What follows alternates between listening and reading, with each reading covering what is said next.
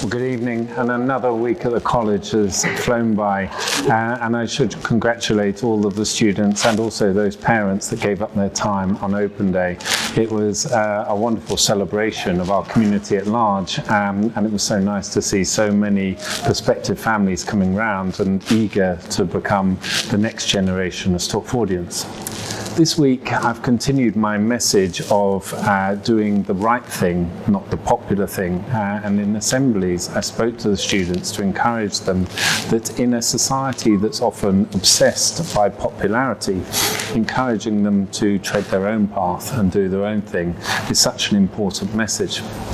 This week I discussed with them the example of Nils Bohlin.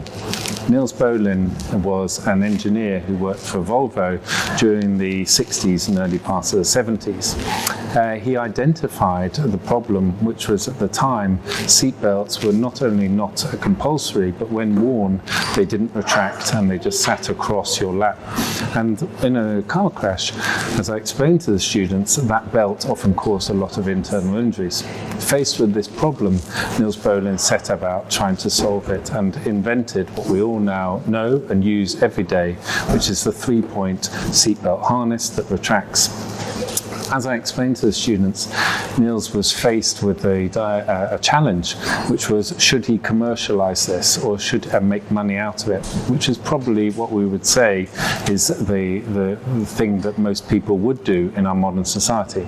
However, he chose the better path, which was to give the patent openly to all car manufacturers, and in so setting a precedent for the car industry, and he and himself and his invention has probably saved millions of lives. I hope that this was an example to the students of why doing the right thing is often more important than doing the popular thing or the thing that monetizes you. Over the next series of this term, I hope to give more examples to students to encourage them, not just on a grand scale like that, but in their day-to-day lives, to reflect and do the thing that they feel is right, not just because it makes them popular, or not just because it makes them famous, or not because it makes them money, but the thing that we should do right, which betters our entire community.